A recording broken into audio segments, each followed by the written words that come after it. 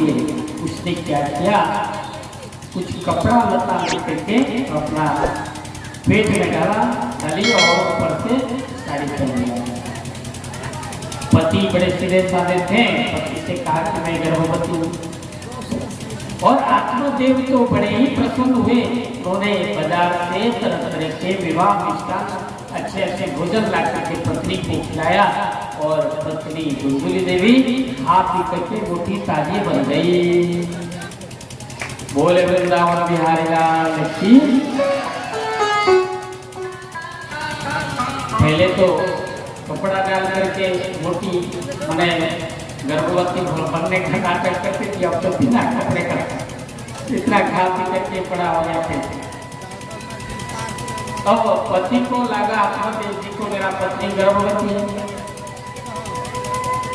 तो तरह तरह के अच्छे अच्छे पकवान ला करके पत्नी को खिला दिया। बड़े प्रसन्न ने सबसे कहा कि मेरा पत्नी गर्भवती है। अब ये जो धुंधुली का एक बहन है, इसके पास में पहले से 4 बच्चे थे, अब 5वां संतान आने वाली, और ये धुंधुली ने उससे परामर्श किया और कहा कि बेटी बहन ऐसा करो, तुम्हारा तो संतान 4 पहले से है, और ये जो 5वां संतान मुझे दे देना, इसके बदले में मैं तुम्हें कुछ धनराशि दे दूंगी।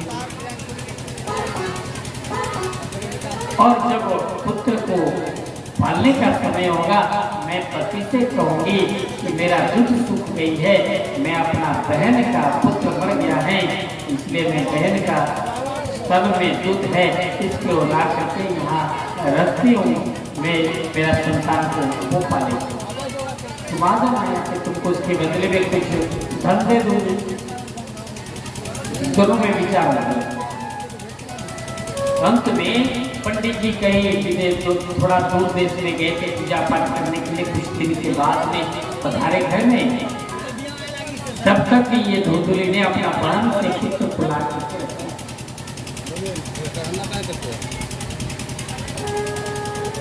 ला करके रखा, और अपना बहन को बुला के लाई, और उसका बहन जो है उसको पालने पोषण की।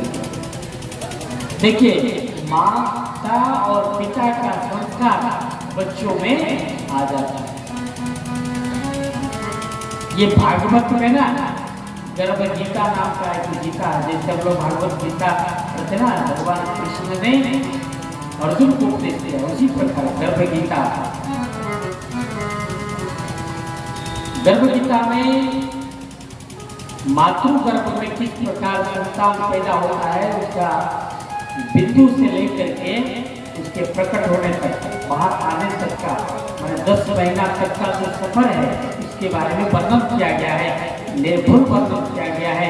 जो आजकल के साइंटिस्ट, बड़े बड़े डॉक्टर भी उसके सामने फेल है ना। आधुनिक की जो मेडिकल साइंस है उसके सामने फेल हुआ है। आप स्वयं देख सकते हैं, भागवत में गर्भ गीता का अध्ययन कर सकते हैं। किस समय फिर बच्चे का हाथ पैर बनता है, बाल आते हैं, है ना, उसका हड्डी बनता है, खून प्रवाहित होते हैं, नाड़ियाँ चलती हैं, सारा चीज आगे आ जाए, थोड़ा पीछे और लोग आ जाए। आप लोग आगे हो जाए सभी, थोड़ा थोड़ा सा। बोले वृंदावन बिहारी लाल की जय हो। हमारे सभी व्यवस्थापक गणों से निवेदन है कि आप सभी पंडाल की व्यवस्था को बनाए रखें और हमारी माता बहनों को कोई कष्ट ना हो, इसलिए आप सभी व्यवस्था को बनाए रखने में सहायता करेंगे। जय श्री राधे, जय श्री बताइए। और आप सभी से निवेदन है कि आप सभी कृपया शांति का दान देते हुए कथा की गंगा में गोता लगाने की प्रयास करेंगे।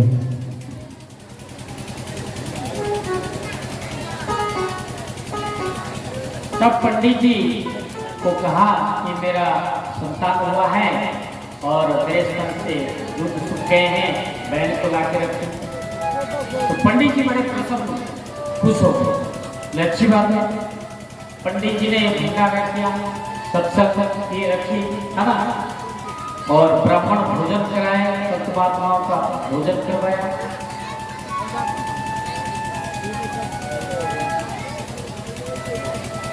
तो अंत में दोनों संतान को आत्मदेव पालने पोसने लगे। एक संतान का तो पुत्र का नाम रखा गोकर, अब दूसरा पुत्र हुआ तो सोचे कि इसका भी नाम कर लेते थे। तो पंडित जी आत्मदेव ने सोचा कि मेरा नाम है आत्मदेव, मेरा पुत्र का नाम होना चाहिए परमात्मा देव। अपने संतानों का नामकरण बड़ा सोच समझ करके, क्योंकि अगर मुख से भगवान का नाम का उच्चारण हो तो यमराज के दूत वहां नहीं आते, उसको पकड़ते नहीं, वो नरक से उतार होता है। तो इसलिए अपने संतानों का नाम देवी देवताओं के नाम से रखना। तो आत्मदेव ने सोचा पुत्र का नाम रखेंगे परमात्मा देव, लेकिन पत्नी धुंधुली ने कहा कि नहीं, मैंने इसे 10 महीना गर्भ में धारण किया और आप अपने नाम से रखोगे। मेरा नाम धुंधुली है, मैं अपना पुत्र का नाम रखूंगी धुंधुकारी। जैसा नाम वैसा काम, इसलिए नाम का भी जीवन के ऊपर प्रभाव पड़ता है। हमें सोच समझ करके नामकरण करना चाहिए। तो अंत में धुंधुकारी धीरे धीरे बड़ा होने लगा और गोकर्ण भी बड़े होने लगे। गोकर्ण बड़े विद्वान बने, धुंधुकारी बड़ा दुष्ट बना। गोकर्ण पंडितो ज्ञानी, गोकर्ण पंडितो ज्ञानी, धुंधुकारी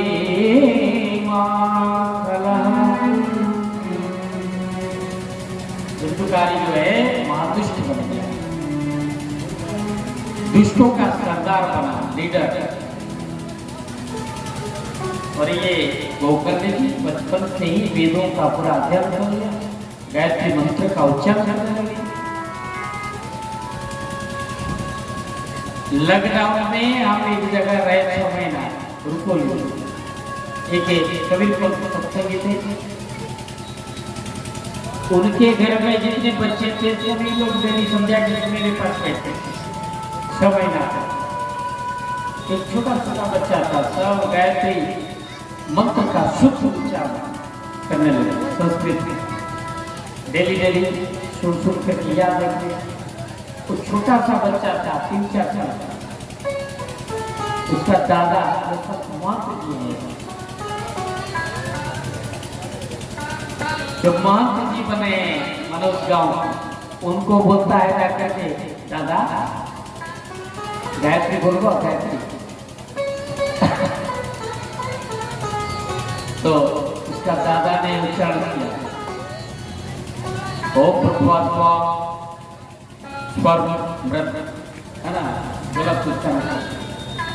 बच्चा उसका दादा का कान को पकड़ा, बच्चा ना छोटा बच्चा, दादा तू भूल बोले माने हम बोले है ना, ओम भूर्भुवः स्वाहा तत्सवितुर्वरेण्यं, पूरा सूत्र भर्गोदेवस्य धीमहि धियो यो नः प्रचोदयात्। बोला बोलो, दादाजी बोलते हैं, बार बार अभ्यास करने से सरल हो जाता है।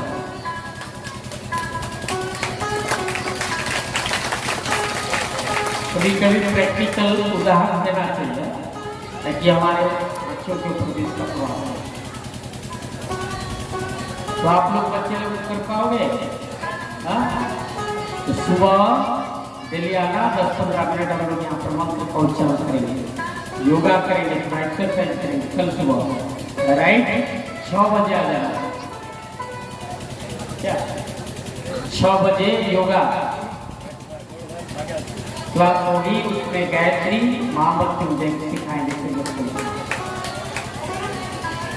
बोले वृंदावन बिहारी लाल की जय हो।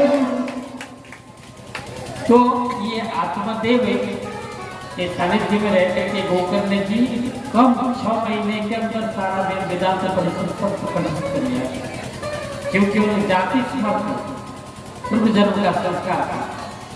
धुंधकारी को कितना मारो पीटो गाली गलौज करते करते थक गए, लेकिन उसे चोरी करने का सिवाय और कुछ नहीं झलक रहा था। कभी बाप का मैंने पिताजी का पॉकेट से हाथ मैंने पॉकेट काट लेते, बच्चे लोग करते हो नहीं? पिताजी का पॉकेट से पैसा चोरी करते हो? बच्चा हाथ उठाओ तो कौन चोरी करता है? हाथ उठाओ, नहीं उठाएगा। चॉकलेट कौन खाएगा? नहीं, ये छोटा बच्चा है। तो ये जो धुंधुकारी था पिता का पॉकेट से चुरा लेता था, जो दक्षिणा उठा था। धीरे धीरे अगर छोटा बच्चा गुल्ली डंडा खेलने लगा तो समझो कि आगे चल करके गोला बारूद से निकलने लगे। उसी समय से बच्चों को अनुशासन देना चाहिए। पालयेत पंचवर्षाणि 10 वर्षाणि ताडयेत प्राप्ते तु 16 वर्षे पुत्र मित्र बनाते।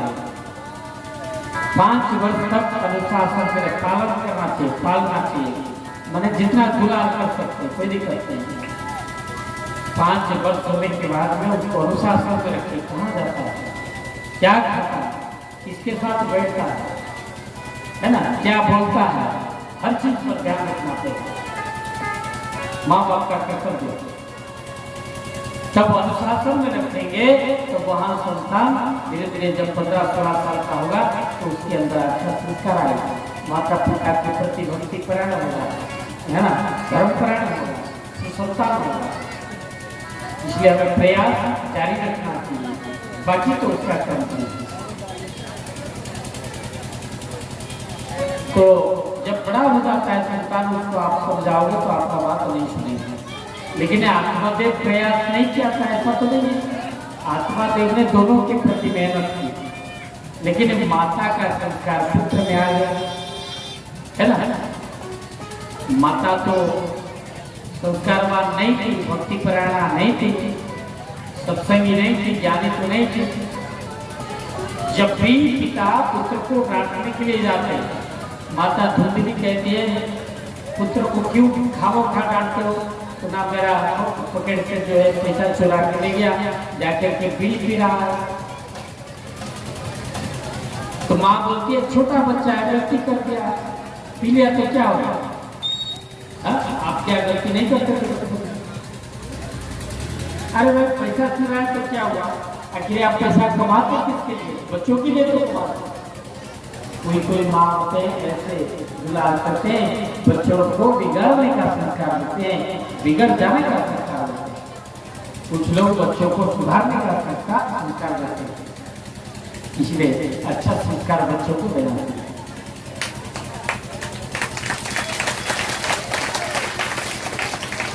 तो अंत में आत्मदेव हार गए, क्या संस्कार देंगे? अंत में वहां जो संतान धुंधुकारी धीरे धीरे बड़ा हुआ। अब उसका डेली का काम था किसी ना किसी के साथ में लड़ाई झगड़ा करके बन जाता है। कभी कुत्ते का जो बच्चे को कुएं में डाल देता, बिल्ली का बच्चे को आग में डाल देता, कभी दूसरे को पीट देता। धीरे धीरे दारू पीने लगा, नशा करने लगा, धीरे धीरे कुसंगति में पड़ा, वेश्यावृत्ति करने लगा, जाने लगा। तो गणिका के पास जाने लगा, तो उसको धन चाहिए, बड़ा हो गया, युवावस्था को प्राप्त हो गया, तो गणिका के पास गया तो धन चाहिए। और घर में माँ से धन मांगता था, माँ कभी कभी दे देती थी, धीरे धीरे आदत हो गया। और जब माँ मना करने लगी तो माँ को भी डंडा मारने लगा।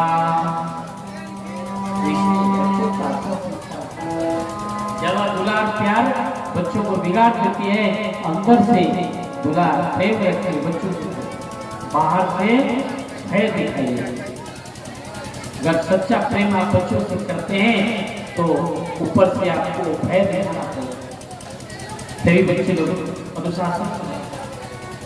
अंत में धुंधुकारी मां को मार पीट करके घर का सारा सोना चांदी रुपए पैसे लूट लिया।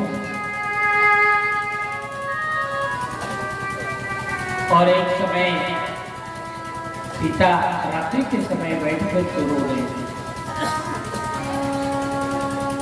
पुत्र गोकर्ण ध्यान रात में उठकर के ध्यान करते 12 बजे, तो रात्रि के 12 या 1 बजे उठ करके जब गोकर्ण ध्यानस्थ होने के लिए सोचा तो उन्होंने देखा पिताश्री बैठ करके रो रहे थे। तो अपने बाबूजी के पास में गए, बाबूजी को पूछा कि पिता श्री आप रोते क्यों, क्या पूछा, हमें तो बताइए कब तक। आत्मदेव ने बताया कि पुत्र गोकर्ण क्या करे, मैंने जीवन भर इतना प्रतिष्ठा कराई, अपने पुत्रों के लिए इतना धन जमा करके रखा कि कुछ लोग सुख से रहेंगे, चित से रहेंगे, मेरा भी थोड़ा बहुत माँ बाप का भी सेवा करेंगे, लेकिन ये धुंधुकारी ने मेरा सारा संपत्ति को बर्बाद करके रख दिया, मेरी सारी प्रतिष्ठा को धूमिल कर दिया। इसलिए मैं सोचता हूँ कि इस जीवन को त्याग आत्महत्या ही मेरे पास में एक अंतिम रास्ता बचा है। तो गोकर्ण जी ने पिता को समझाया, बोले कि पिताश्री आप ऐसे अनैतिकपूर्ण बात मत करो। जो विद्वान होते हैं, जो अक्लमंद होते हैं, वो कभी आत्महत्या नहीं करते। आत्महत्या करना महापाप है।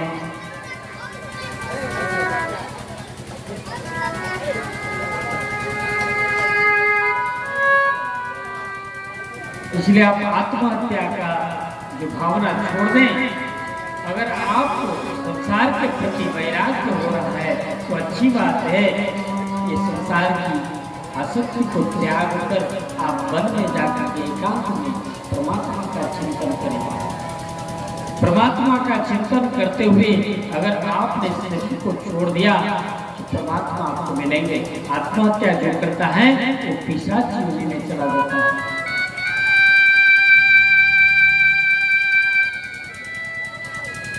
आत्मदेव पुत्र का बात से संतुष्ट हुए, बोले कि मैं मन को एकाग्र कैसे करूं, परमात्मा का ध्यान कैसे करूं, ये मन तो बड़ा चंचल है।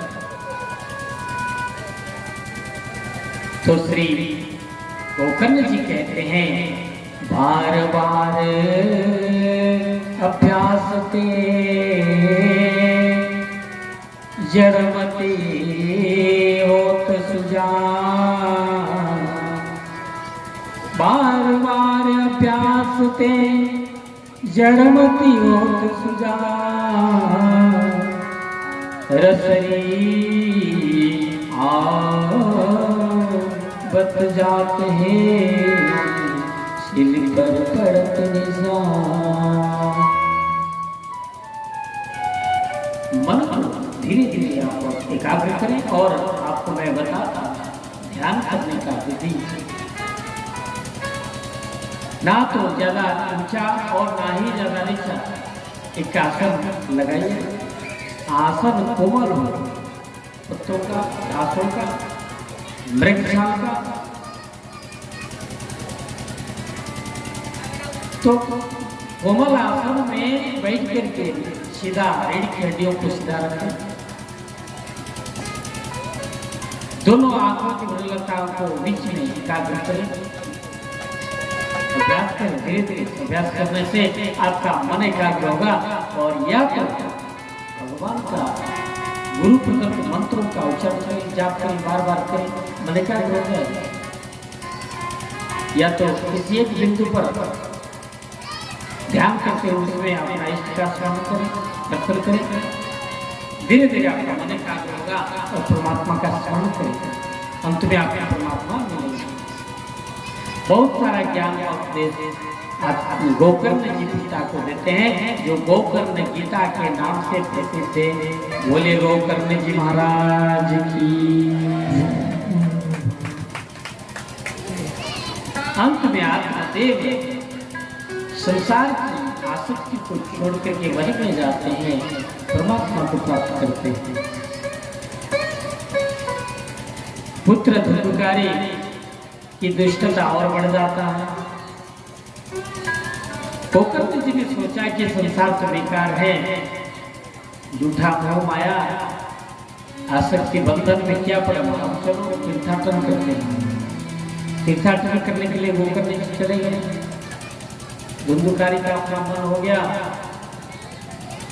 सोचा कि बड़े भैया थे, पिताश्री थे, तो ये हमें हमारी कार्य में बाधा डालते थे, अब तो कोई नहीं है, अकेली माता है, ये बोला मुझे क्या कर सकती है, मेरा क्या बिगाड़ सकती। तो माता श्री पुत्र का कष्ट सह नहीं पाया, कुएं में छलांग मार दी, आत्महत्या कर दिया। अब ये धुंधुकारी ने 5 वेश्या 5 गणिकाओं को लाकर के अपना घर में रखा। यहाँ पर शरीर तत्व के बारे में बताया गया कि 5 विषय, जैसे कान में अच्छा सुनना, आंख में अच्छा देखना, नाक में अच्छा सुनना, चर्म चाहता है कि अच्छा स्पर्श मिले, जिह्वा चाहता है अच्छा भोजन मिले। ये 5 विषय हैं, व्यक्ति इसी में फंस जाता है। अच्छा भोजन के चक्कर में जीव की हत्या कर देता है ना। बकरी पालते हैं ना, बकरी को पालना काटना जितना पाप है उससे ज्यादा पाप लगता है पालने में। क्यों? क्योंकि आप अपना पुत्र पुत्री को पालते हो, कितना लाड़ प्यार से पालते हो। उसी तरह हम देखते हैं कोई व्यक्ति बकरी को पालता है तो उससे भी मुंह लगा के चुमा लेता है, बच्चा से गोदी में लेकर के उसको खिलाते हैं पिलाते हैं। माने कि मानव अपना बच्चों को जैसे पालता है उसी तरह व्यक्ति बकरी के बच्चे को भी पालता है, यानी कि अपना पुत्र अपना परिवार हो गया। आज साउंड में बड़ा डिस्टर्ब है, तो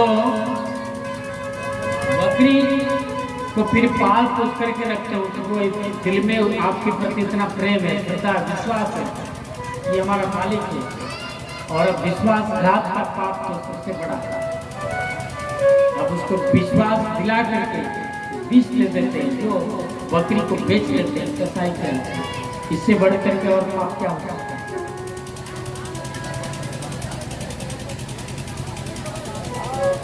इसलिए जो पालता है उसे पाप लगता है, जो बेचता है उसको भी पाप लगता है, जो काटता है, जो खाता है, जो मारने के वक्त देखता है ना, सभी को पाप का भागी बनते हैं, सभी को।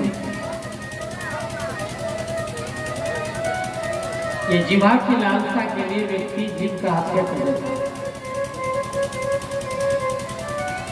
इसलिए हमें कान मिला है, हमें केवल अच्छा सुनने के लिए नहीं, बल्कि ये कान के द्वारा भगवान की कथा सत्संग हमें ज्यादा से ज्यादा सुनना चाहिए, ताकि हमारा मन न बिगड़े।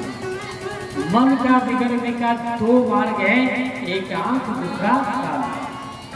आंखों से बुरा देखेंगे तो मन के ऊपर बुरा प्रभाव पड़ेगा, कानों से बुरा सुनेंगे तो मन के ऊपर बुरा प्रभाव पड़ेगा। इसलिए हमें प्रयास करना चाहिए कि हमें अच्छा सुनाई दे और हमें अच्छा दिखाई दे। तो इसलिए प्रतिदिन गुरुजनों का दर्शन करना चाहिए, उनको भगवान की दृष्टि से मंदिर में जाना चाहिए, सुंदर मूर्ति देवताओं का सुंदर स्वरूप का दर्शन करना चाहिए। अगर मूर्ति ही नहीं रहेगी, मंदिर ही नहीं रहेगी तो क्या करेगा? सुंदर मूर्तियों का दर्शन करने से मन सुंदर होता है। जिस वस्तु का आप बार बार देखोगे उसका संस्कार आपके अंदर आता है ना। पति पत्नी एक साथ में कुछ दिन रहने के बाद में दोनों का चेहरा मिल जाता है। इसलिए सुंदर मूर्ति भगवान कृष्ण का हो, सुंदर मूर्ति भगवान राम का हो, माता दुर्गा का हो, ये सभी बजरंगबली का हो, इनका ध्यान करना चाहिए। योग सूत्र में देखिए, इसमें हाथी का ध्यान करने के लिए कहा गया। योग सूत्र में बलवान हाथी का ध्यान करने से व्यक्ति के अंदर भी हाथी का जैसा बल आ जाता है, लिखा है योग सूत्र में। तो जिसका परमात्मा का ध्यान करेंगे तो परमात्मा का ही स्वरूप आपके अंदर प्रकट होगा। इसलिए अच्छा विषय का चिंतन करना चाहिए, दर्शन करना चाहिए। भोजन सात्विक भोजन का करना चाहिए। जो भी बनाते हैं शुद्ध मन से बनाए और उसको भोग लगा करके भगवान के पास में नैवेद्य बना करके तुलसी डाल करके सेवन करें। बोले वृंदावन बिहारी लाल की। तो गोकर्ण जी तीर्थाटन में चले गए। धुंधुकारी ने 5 विषय माने यानी कि 5 विषय गणिका घर में लिखा।